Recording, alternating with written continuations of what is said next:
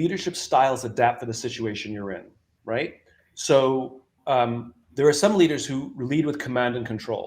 Command and control is not useless, it's just not sustainable. And so if you're always like that, you'll exhaust your people and burn them out and probably break levels of trust at some point.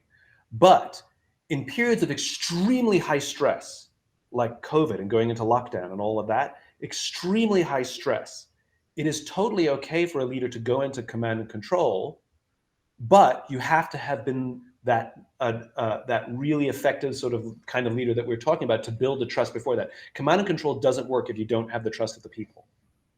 And so if you, I learned this from the Marine Corps, so forgive the analogy, but when you go into combat, leaders just bark orders. That's what they do.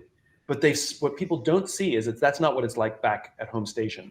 They've built trust over months, if not years, so that their people trust them when they go into command and control. And when we went into lockdown, when we went into COVID, I said out loud to our company, hey, listen, the stress is high and the pressure is extreme, and I want to know your feelings. I care about those things. And if I said something in an awkward way in a meeting, and our traditional way of doing it is you sort of bring it to my attention quickly, I need you to know, bring it to me in 2 weeks.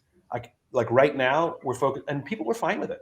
But I set expectations that it was going to be different and it was going to be short term. So yes, you can adjust your style for the situation you're in. What you can't do is be mushy and super patient with when stress and deadlines are extreme. But at the same time, you can't be command and control when the stress is normal.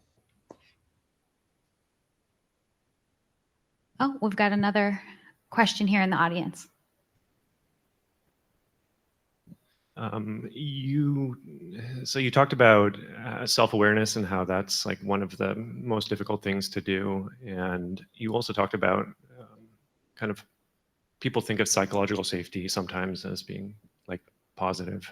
And you can have this problem where you have what I might call toxic positivity. And so I'm wondering, how do we measure as an organization whether we're making progress on psychological safety when we think we're already good at it, and see the problems when the culture is overly positive?